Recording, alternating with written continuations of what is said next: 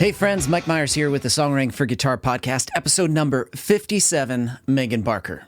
Let me ask you, are you a songwriter trying to figure things out on your own? Are you trying to solve the songwriting equation? Are you banging your head against the wall over and over and over and over again? Not to get a concussion, but to arrange all those ideas that you have in your head into a song that makes sense, a song that has great structure, a song that can actually make moves, a song that can actually make you money, lead you into that direction that you know is possible, but you want to get there and you're just not sure how. What you need, my friend, is a coach. And guess what? We all need coaches. I still have a songwriting coach. Why? Because I know how important it is if I'm going to progress. Because progression doesn't end. There's no point where we know all of it. We just need someone to help us get to that next level.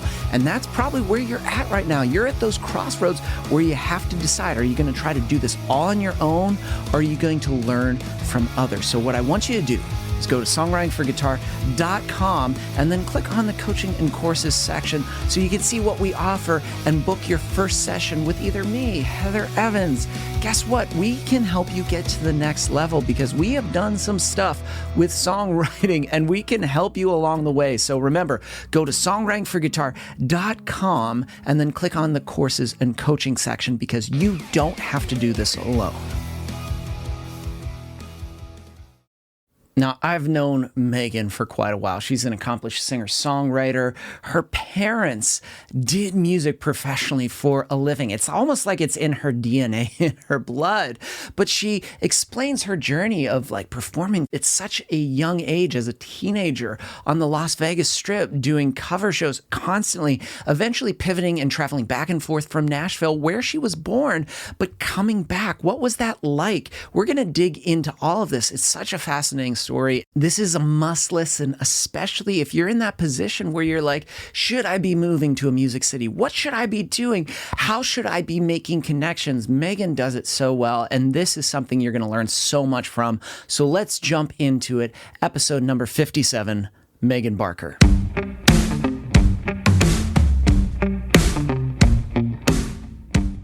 Megan, what's up? How you doing? You? I'm doing awesome. I'm glad that we can talk again because I was on your podcast and I remember we were just chatting away, but the tables have turned. The tables have turned. Yes, for anyone who doesn't know, you should go check out the podcast that I did with him or you did with me, whatever, because it is just chock full of great nuggets of musical knowledge and wisdom. But I'm pumped to talk about your story, your background, and all the things that you're doing with music, because there are those that seek music as a hobby and there are those that really just go after and I don't want to say the grind because that's such a negative context, but they just figure out okay, they keep on moving forward with music in different realms no matter what and figure it out. But I would love to know, when did you get into the process of songwriting and the idea of songwriting? Well, first, I appreciate you equating me with the grind because it is a grind, and I appreciate anyone who sees that it is a grind and we do work hard. I was around music my whole life. My dad was a songwriter. My mom was in country music and sang backgrounds on tour, and so I kind of grew up around it. I was born in Nashville. Lived here till I was 9 or 10, and then my parents got divorced and I went to Vegas and did some growing up there and started playing on the Strip as a teenager and kind of cut my teeth doing that, all that crazy stuff. So, I remember writing songs as a kid, but it wasn't until I was 13 and 14 and I discovered John Mayer. That's kind of when everything was unlocked. Now, your mom was a background singer. Who did she sing for? I'm just kind of curious. Lil Jimmy is one of them. There's all kinds of crazy stories. We should have her on her own podcast because her and my dad had some really cool stories. But Freddie Hart, she did some really cool stuff like that. So you were in Nashville for a while. I imagine Las Vegas, doing that whole circuit, that has to be crazy. Wild. Yeah, I spent a lot of my teen years doing some really cool stuff, but my mom had to go with me. Bless her heart. We have some fun stories, but yeah, there were a lot of gigs where I had security 10 feet away, and because people are crazy. But it was fun. I can't think of a better way to cut your teeth as an entertainer than playing on the Strip in Vegas as a teenager. What is that like? What is it like playing on the Strip as a teenager too, to be in the city that like they're like, what happens in Vegas stays in Vegas? I mean, so as a teenager, I really wanted to just do all original music for a long time, and that's just not feasible. But I really stuck to my guns for a long time. Like I was an original artist. I was going to play original music, and I would play like 4 hours of original music, like with no repeats, no covers, nothing. And, you know, I think finally when I was like 19 or 20, I was like, you got to do some covers. You want to make any money? You want to do this? So it was crazy. I mean, Las Vegas is just like any other city. There's suburbs. And I remember when I was a kid, people out of town would ask me like, well, what casino do you live at? And I was like, I don't actually live in a hotel. I live in a house or an apartment. So yeah, I mean, it's just like any other. There's like a few booking agencies around town that are like small and do little gigs, and so I've kind of managed, you know, to work my way into some of those, and they would book me. But mostly, I just would. I've always been a hustler, so I would just stay up late and send emails and play wherever I could, and I did a lot of coffee shops and bookshops and, you know, stuff like that when you're first that's starting work out. ethic for a teenager to be like, let me book my own, because I think it's one thing, because I think people think, or at least for me when I was a teenager, it was like me just slightly playing in my room being but the idea of going out and being like, okay, dear sir, madam, and start booking, that's actually pretty punk rock. Actually, just that DIY ethic of doing it yourself and trying to get those gigs. But even coming to the realization, oh shit, if I want to make some money, I'm going to have to pivot and do some of that. Because some people are very resistant. Like they're like, no covers. I am just like, no. That's a sense of maturity too, of just like, oh, listen, if I'm going to make some money, I'm going to have to do this. Well, I think at that point it was between that and getting a real job, and that was not going to happen. I mean, I have had real jobs, like periodically, little stints here and there, just to remind myself of why I was doing music. But I mean, I think a lot of people, you probably spent your teen years. I spent the first few of teen years, like in high school, like just quarantined basically, away from my fellow people and just playing guitar and listening to John Mayer records and doing all that. So finally, I just wanted to get out on the scene. But a lot of people spend even more time in their room and get. I kind of wish I had spent a lot of time like learning Logic or GarageBand and like becoming a producer, but instead I was doing like the live music chops. So I feel like it's a trade-off. You just kind of pick what you want to focus on. There is something to be said about experience, like playing a song live.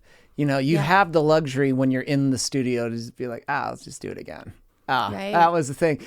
But the idea of like covering up when you're like, whoop, that was not supposed to be the thing that I played. But you just keep on, like, you either can do one of two things. You could do the thing that sometimes I cringe when I see people go like, I'm sorry. And then they stop and I'm like, why are you sorry? Nobody knew. Just keep on going. And then, or you pivot and you were like, oh, how can I play and just keep on going? Yeah. And then if it was like that embarrassing, people notice, just joke about it. Just talk about it. Acknowledge it and don't act like, hi, I'm so glad you're here tonight. Like that soft, like, you know, those weird, awkward things when you see somebody play and they're like, this next song is very personal for me. And you're just like, oh God, you're a snoozer. Energy is everything. Absolutely. One of my favorite things to this day is when you're like playing a live show and somebody, I do a lot of cover gigs still to this day. And when somebody throws out a cover that's like, you never played it, you don't know it, but you know it well enough that you can fake it, and like pulling up the lyrics and figuring it out really quick and doing it. And it works. Like, I feel like half the time it doesn't work and it's a disaster, and half the time it's perfect and everyone's like, you're amazing, you've never played that before, and it's like a rush. What's interesting too to me when you're going through cover songs, and regardless of that, it's song analysis still. Because you're going through like the structure of the melody, the progression. You're not only performing it, but you're consuming it.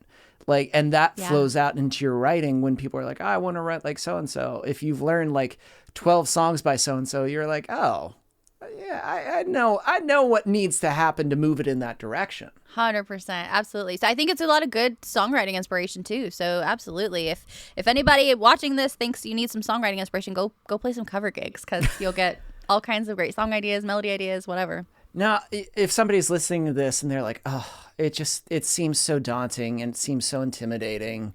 It seems like that's a completely different realm. How would you say to approach the idea of doing like one of your first gigs, or just like trying to move into that direction? Because that seems like, what do you do? Oh, you can speak to a lot of this, because I mean, I've done live music for so long and I love it, but I've never done like full on tours, and I want to. So you could totally speak to taking a show and taking it on the road. I'd love to get tips on that, because that's difficult. But I mean, I started small. I think that's what I did. I started out at open mics, and then met people there, and they were doing little showcases at different bars and stuff. And it just kind of escalates from there. And they'll find your local festivals. Like there was a First Friday festival in Vegas that I would play all the time. And it was the first Friday of every Vegas. And it was like all kinds of bands and artists, and just get involved with your community. Just like Nashville, right? It's like anything. Nobody does anything alone. So just get out and meet people. Would you agree that that's kind of just... I absolutely agree, because what you're saying right there is like, think within your community where you are right at first, because sometimes the whole thing can seem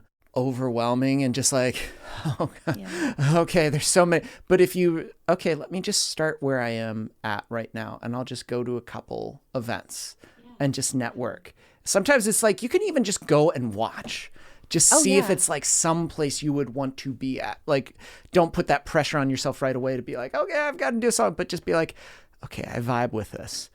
Next time I'm going to come back and I'm going to try. Absolutely. Baby steps. Just get your feet wet. And I've done that. I definitely have social anxiety, all the things. I would just like go, because you don't even know what to expect at some of these things. You don't know what the parking is, and that stresses me out. Like, you know what I mean? Like, I don't know how to get there. The other day I had a hair appointment somewhere and I had never been there, and I got lost. It was stressing me out. So I totally get it. So baby steps. Just like show up, check it out. Next time, say hi to someone. Next time, ask who the booker is. Then you'll play. Like, it's easy. You can do it. Oh, my Lord. When you talked about parking, I was like, that's the number one thing that stresses me out. I hate that. Whenever it's somewhere new, I'm like, Google Maps. I'm like, can I see an aerial view of this? And just like zoom and get an idea of like what the parking situation is. And then be like, okay, cool. Yeah. Because then the next time I get cocky, I'm like, I know where this is. I know what needs to happen. But it is. Parking it's a terrible, terrible stress. Now, all gigs aside, you were in Las Vegas for a while, and so you knew that entire scene of like you built a formula. What was it like when you came back to Nashville? Is it like starting again from the ground up? Oh yeah, I mean, I was in Nashville from like birth to like 9 or 10, and then I was in Vegas, all of my teen years and my early 20s, and so Nashville was home in a way, but like Vegas, I grew up in Vegas. Like I learned to drive in Vegas. I went to high school in Vegas, so I had spent all these years building something, kind of a name, I guess, but. Yeah, coming to Nashville was absolute ground zero. I mean, it started out, I came back and forth for like a year. I had an apartment here with like 4 other roommates that I never saw. So I would be in Vegas for 3 or 4 weeks and just work like crazy and make a ton of money to be able to afford some kind of life there and pay rent here. Anyway, so I'd come back and forth here once a month for like a week or 10 days and just grind it out. And it was exhausting. That's what you do then, in that era. So I did that for a couple years, really. And then I finally, the stars kind of aligned, and I was able to bring my family with me to Nashville, because that was kind of what was holding me back. That's what holds a lot of people back, is leaving your life in one city and starting over in another. So I was very lucky that I was able to bring my family with me at one point. But totally just starting over when you get here. Once people know you're here, maybe you can speak to this. It's a different animal. It really is. For a long time, I had people tell me, well, you have to be in Nashville. When are you moving to Nashville? And I was like, do I have to? Like, can I have my cake and eat it too? And it just depends, I think, on the kind of career you want. Like, I want to be a mainstream artist. I want to hear my songs on country radio. So, yeah, I had to be here. Your story might be different. Somebody else's story might be different. So, but it was, it was totally worth it. Things just immediately started getting easier and harder at the same time. Well, talk about the idea of going back, as you said, going back and forth for years, like, making sure that you had enough to live in the city you were in, but also making money to then rent a place in a city that you visit. Yeah. Shit. But it's funny. Wrinkles. Well, I think it's, how many people are like, I want to do the thing. And it's like, okay, are you willing to do this? I'll do anything, but not that. It's just like they want all the accolades. They want all the rewards. They want everything. But it's like, okay, are you okay that it may look like this for a little bit? as you kind of like, because obviously that back and forth, you're networking, you're meeting people, you're starting to build, it's like the visits where you start to know people, talk to people, and then you go back and you're like, hey, I'll be back in 4 weeks. And then you come back 4 weeks later and then you do it again and you do it again. Yeah. But to do that for a couple of years. Yeah. That's commitment. I mean, that's the kind of stuff that you can't take an online class for and be like, oh, I bought this online class and I got commitment. It's just like, you can't learn. It's just like, you really, really have to do the thing. And that's why if it looks like this, are you okay with that? Yeah. Well, you came back and forth. I know, but that's like, grind. Whew, but it's just like, to hear another story like that, it's like, that's what's so exciting about when it's like, oh, you really do want to do this because you make it work. It's like you MacGyver the shit out of anything you need to do, where it's just like, cool, how am I going to get here? I'm going to use this. I mean, hopefully people still remember MacGyver. Otherwise, that reference. I do. Yeah. No. And I always think of like the SNL 10 seconds MacGruber. It's just like, Vicky, give me that. But it's true. It's like, if you want to do it, you figure out a way. Because either the answer is like, no, I'm not going to do it. Or it's just like, yeah, if I don't do it, it's going to bother the hell out of me. So I'm going to instead try to figure out a way to make it work. And then I'll go from there. And if I have to fix it, then I'll do it. And to me, that's what you did. You did the back and forth before you were able to be like, okay, now I can make the move. I think beautiful things come out of having to force yourself out of your comfort zone. I mean, I've never been comfortable, so I guess I'm always out of my comfort zone. But like I've always had to do everything myself. I never really felt comfortable. Maybe it's a control freak thing, but I've never, like had anybody else do my website or my social media or like edit videos, really, like stuff like that. I mean, I feel like I didn't do everything 100%, but I would figure out how to make it decent enough. My website was decent enough. My social media was decent enough, so it's probably a little bit of a control freak thing too. Just trying to figure out how to control everything. But once you got here, it seemed like all that prep work helped, because then it was just a lot smoother to walk through and be like, hi, nice to meet you. And it's like, oh yeah, I've heard about you. And then just saying, well, I'm here. Like, now I live here. Yeah. So much You want to easier. do lunch next week? I'll be here. We could do that. Yeah. And you probably experienced it so much easier when somebody has to change on you. When you visit here and they're like, hey, can we just do next week? And you're like, yeah, about that. Don't live here yet. So I'll see you when I get back. But now it's just like, yeah, next week's fine. No big deal. Absolutely. It's just different. And you can't, like you said, like you can't really take an online course that explains the night and day differences of just being here versus visiting. But it really is. But I mean, again, it does work for some people. I don't want people to watch this and get like down, like, oh, I have to move to Nashville. It just depends what your ultimate goal is. I think it's the goal. You have to think about that. And sometimes it's like when people say, I want to do music for a living. It's like, that's great.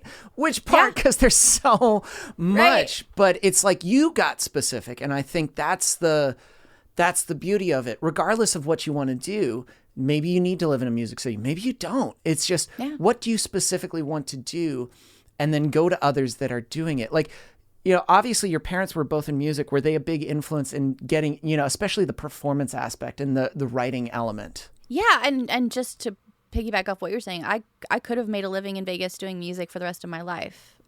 Easily. But, that wasn't what I wanted to do. But you can. Anywhere. If you're anywhere and you want to play music for a living, you can probably do it. But yeah, I mean, I grew up around music. My parents never pushed me into it. In fact, I think if you grow up around music, they probably push you the other way because it's hard creatively, financially, like emotionally. It's just difficult. But, and I wrote songs when I was a kid. I love music. I always loved music, even when I was like a tiny little kid.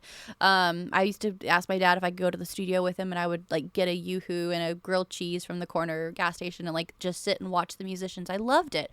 I didn't know it's what I wanted to do until I discovered John Mayer. That was like the unlock thing that happened. My brain just like went, whoa, this is really cool. So yeah, I mean, my parents were super supportive when they realized that I had the bug, but they never pushed it on me. But yeah, I mean, my dad was just such a great songwriter, truly. He wrote songs until the day he died, and I wish I had more time with him. I mean, I had lots of time, but it's never enough. But I feel like I was just coming into my Nashville songwriter when he died.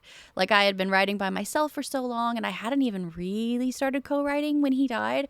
So now that So like I wrote by myself for a really long time, and that's great. But once I got here, you start writing to hooks, and I started having hook ideas, which is like what his strength was. Like I have these like turn of phrase and clever little things, and I didn't have that when he was alive. So like now I look at his writing and I'm like, there's so many things I wish I could ask him now that I understand him more, if that makes sense. So my dad was a huge influence on me as a songwriter, and my mom was she's just an incredible singer and an incredible entertainer. She was just in tons of bands, bluegrass bands. She was just a great musician, and she did the grind, and so they definitely influenced me. And I wouldn't know shit if it weren't for my parents. Honestly, I'm very lucky. It's like you got the best of both of them. It's how like it's just the performance bug, but also the hooks, and that is just to have those two be there and like share, but not push. But I think that's what makes it even better. It was just there, and you were naturally drawn to it, and it's just like it's interesting how we can remember certain points where it was like music just captured us, like regardless if it was a performance aspect, whether it was you hear a record and then suddenly your mind is just blown and you're like, whatever that is, that is the thing I need to do. Yeah. And I've wondered before, like, is it really something you're born with? Because both my parents were musical. So like, is it actually like in my DNA, or did I just grow up around it, that it's just in my upbringing, in my brain? But, whatever it is, I like it. Now, I'm curious. So you mentioned that, okay, so you did not do co-writing a lot. Early on, yeah. Now, obviously, when you come to Nashville, it's just like everybody's co-writing with everyone. It's just like 4 people here, 4 people there. I'm doing 5 today. I'm doing 6. Let's Instagram that. Like, when did you realize, like, okay, I think I need to start doing this? I like to think it's there's nothing wrong with writing songs by yourself. That in itself is a thing. But co-writing is just like, that's a whole other it's just a different avenue. I think it's apples and oranges. I think it's 2 different worlds, really. Like the John I was going to do a fruit analogy too. I was going to say that, and I was like, I don't want to say. And then you did. I was like, okay, you took it. Awesome. Because it is. It's 2 totally different things. Yeah. I still try to write by myself. I think. I mean, I'm sure that you talk about this in your classes. Like, I think it's really important to always flex that muscle. Yeah. You know, if you can write by yourself and that's a gift, do it. And just different things come out with different people. I realized really quickly on the business side that, like, wow, all of the songs on the charts are co-written. I'm going to have to jump into this pool and figure it out. And honestly, like the first like intro I had to that was through Songtown, which I've talked a lot about, because when I first got here, that's how I met co-writers. I was trying to go out to open mics or whatever and meet people, but I met a lot of people through Songtown events. Super grateful for things like that. There's so many great little societies you can join. But yeah, and I just kind of learned, I think, by, what do they say, like trial by fire, or what's the expression? Trial by error is just like, it's just more or less jump in and do the thing and figure it out. That's literally how I live my life. Like, I will literally jump and figure it out on the way down, and that's what I did. And I think co-writing is just so important, not just for the creative aspect. I think it is, because like different things come out with different people, and you realize how to be a good co-writer. Like, sometimes I'm the lyricist, sometimes I'm the melody person, sometimes I'm neither, and I'm just kind of like in between these 2 people over here. Like, you just kind of realize how to be whatever the song needs, and just to get out of the way. But also, like, opportunities come from your co-writers. Like, the more people you have excited about a song, the more opportunity for life it has, you know? I think that's the thing that's great about co-writing, is you have more champions of the song. Yeah. So like when you have 2 or 3 and you all have a vested stake into that song and that partnership. Yeah. It's not just you lifting the song up, but you're all kind of like, you all want the song to do really well. Yeah. And like when one person makes a connection, you all make a connection, because it's kind of a team, and it's not like, it's not just like, well, this is my connection, I'm not going to share it. Like, it's just like, this is mine and I made it, and this is my, and it's just like, ugh. But it's like a good partnership is just like, oh shit, you're never going to believe who I met. So when we do this, I really want to introduce you to so-and-so, because they see the benefit of lifting everyone up. And also that's a healthy view of music, that it's not just like this, like, amen. I don't know, just like this, scarcity mindset. That's just like, Yeah, I've never been like that. I've never understood. It's happened to me so many times where somebody was obviously like being stingy with like a little tiny piece of information. Like I never go up to people and ask for someone's email or phone number. I never want to like do anything like that. But there's just been so many instances where people are like really, really like, that's my contact. Like, or, you know what I mean? And it's like, oh my gosh, like we're all going to get so much farther if we just chill out and help each other. I can't tell you how many times I've connected somebody with someone and I don't know if anything happened. I hope it did. I hope something fruitful came out of it, because that doesn't take anything away from me. Do you know what I mean? I think maybe I'm going off on a tangent. No, you're right. Because I think those are the things that annoy me. Because when people go, there's a problem with music, and I don't think it's an opportunity problem. I think it's like a mindset problem. It's just like people are worried that they're going, number one, they're afraid that they're going to miss opportunities, which is more of an insecurity. Yeah. You're not. It's just like, if you're nice, if you keep on working at your craft, you go to others that are doing good things and you learn from them and you keep on applying it, you'll be absolutely fine. Right. But also, too, it's just like the music isn't a knife fight. It's not, where it's like one person guarding the top, because there is no fucking top. This is it. This is just like, it's just going up just a little bit. I love it. Yeah, absolutely. Now I'm getting fired up where I'm just like, God, it's not, because it's just like, it's just you gradually move a little bit further up the hill, but there's no top. There's just a little bit, you just climb a little bit more and more. And either you can, I don't know, what do people do when they're mountain climbing? They have like the rope. It's like you can help others. No idea. It's like, I'm not going to cut the rope and be like, ha, sucker. It just seems ridiculous. Yeah, and my mom growing up would tell me that, and I didn't know what it meant when I was young, and now I think about it all the time. I'm sure you have heard this too, but like, you see the same people when you're climbing up the ladder as you do when you're coming back down. Be kind to everyone, if only for karma's sake. If that's the only thing, just be good to people. I mean, but honestly, like, I can't tell you how many times I met someone who had just moved to, there's so many people that played Jammin and Jammies in 2018 that are blowing up right now. I mean, like Priscilla Block, Tierra, Tennille Arts, of all the people from 615 House. Like, you just never know when people are going to blow up. But I think you should be good to people just because. But also, you never know. You're gonna all cross paths again. It's true. It's not because it's just you're gonna bump into them. And it's more or less, if they see you and they say your name, are they going to be like, let me tell you, and suddenly like start, or just like, oh, they were so nice. They're great. And also too, it's so important to remember, it took me time, but like I've had songs stolen. I've had, people try to rip off things I was doing. And it was upsetting at first, because you're like, that was my idea. Well, it doesn't really matter at the end of the day, because no one's going to do it like you did. No one's going to write the song or do whatever it was like you. So, I've lost some sleep over stuff like that. But at the end of the day, like, there's only one of me.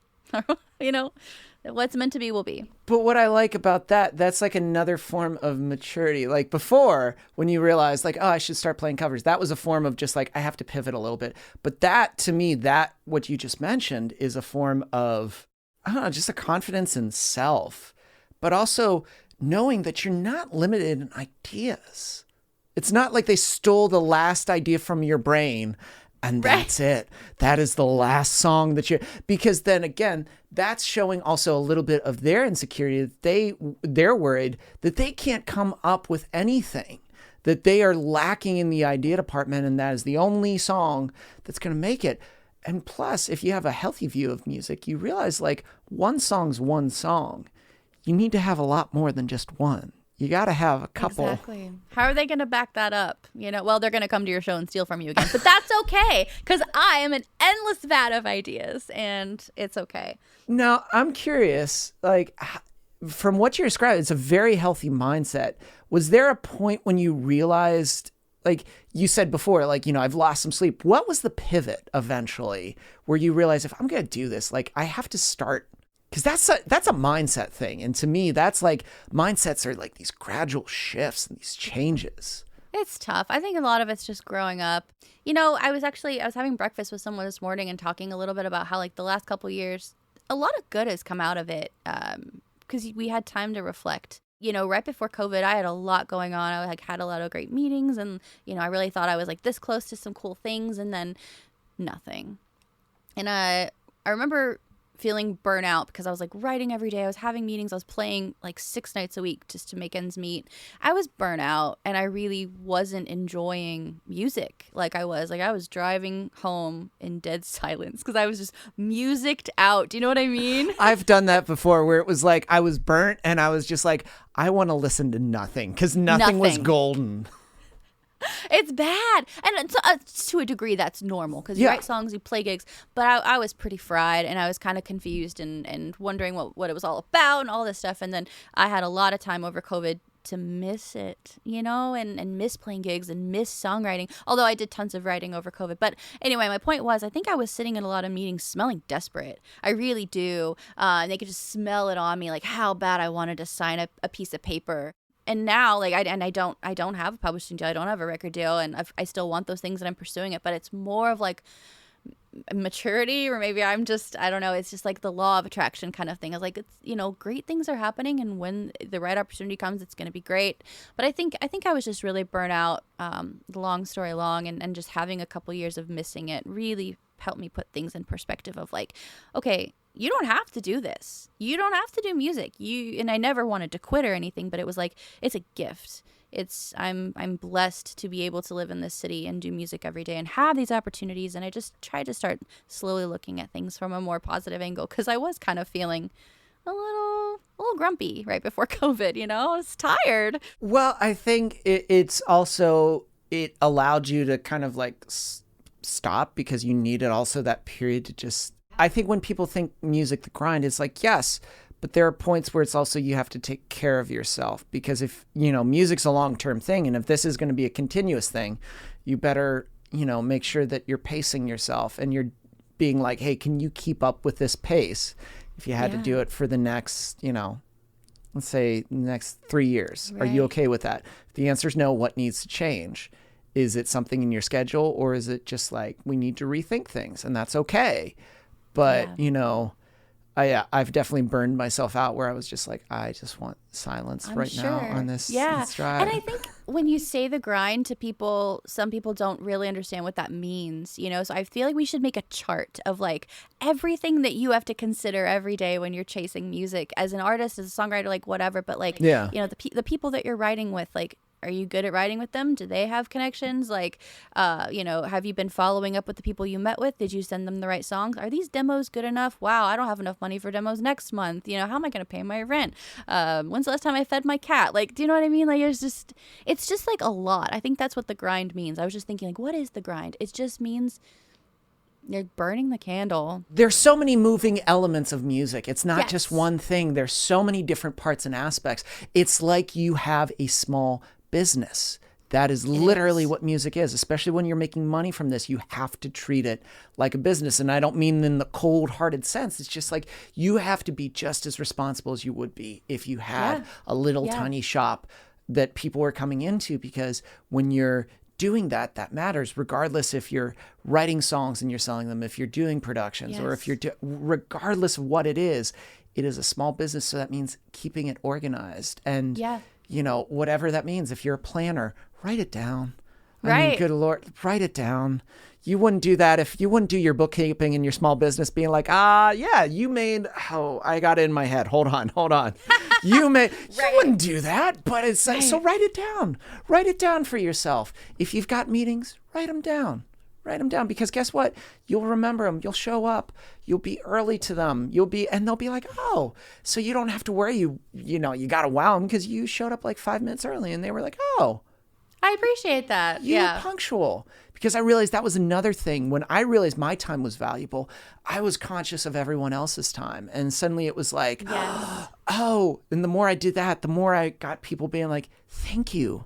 That was that was awesome, because that's how you continue relationships. And that's how you don't burn bridges, by being like, the person that's late all the time. Oh, don't get me started. Oh my gosh. You can. It's just like, No. what's your view about people that just, because to me, it's like, what's one thing and one skill that you don't need to go and you have to take an online class or do this or buy an expensive guitar or do this. You can literally just respect someone's time. Exactly.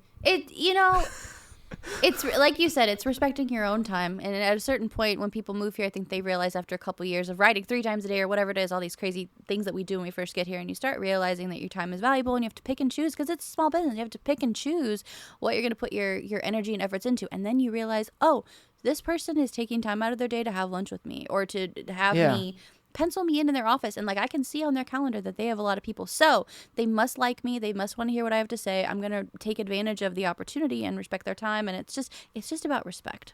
I just reiterated what you said. But I think what you said too, I remember, you're just reminding me, I feel like when I came here a lot, that's all I did. I think it was more food meetings than like writing. Yeah, like I'd be like, let's get coffee, let's get lunch, I'll have a lunch number 2, let's go and let's have, because that is just as important, just like sharing a meal with someone and talking, because again, it's still their time, and it's respecting each other. Your time is just as valuable as theirs, and treat their time just like your time. Don't waste it, but like be conscious of it, acknowledge it, be kind, follow up.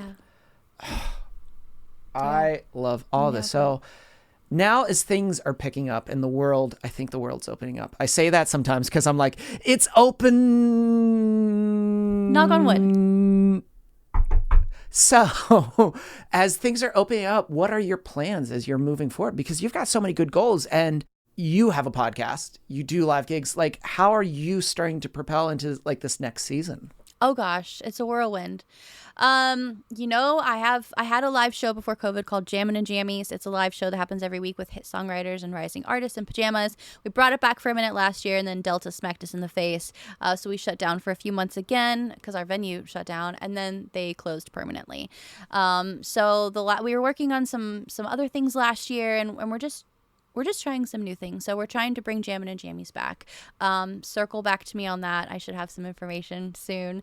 But we became a podcast. So if you like podcasts and you like this kind of stuff, I sit down with industry people and try to ask questions that we wanted to know when we first started. Like there weren't podcasts they weren't as prevalent 5 years ago or whatever. Podcasts, Logic, everything has changed in the last 5 years that I'm like, if you want to, there's so many resources. So many. It's just crazy. So I love the opportunity to sit down with like industry people, like hit songwriters, whatever it is, and just ask them how do we do this and how can we help the next people in line. Anyway, I'm a talker. Shows. That's why you're here. That's great. I'm a talker. It would have been terrible if you weren't a talker, because I would have been like, hey. Yeah. Hey. And you would have been like, that's a good idea, Mike. And I don't. Yes. Love that. Yes. Thank you. That's what I like about your podcast too. It's a conversation, and I like podcasts that are like that, where it's so informative, but it's also you're very good at just conducting it as a conversation, because it's almost like you're just kind of watching on the outside as it happens, which is great. Thanks. That's what I love about yours too, and it's really fun to be able to do this. And I mean, just new music. I had a lot of people release some songs last year that I got to be a part of, so hopefully that happens again this year. I don't know. I wish I knew what exactly was next, but just music and things and shows and all the things. So if people want to keep up with you, where do they go? Where do they find you? On the internets. Come find me. MeganBarker.com, Megan Barker Music on Instagram or Facebook, whatever you got, I'm on it. And shows, hopefully. Go do that right now. Well, Megan, thank you for chatting with me. This was awesome. Thank you so much for having me. This was fun.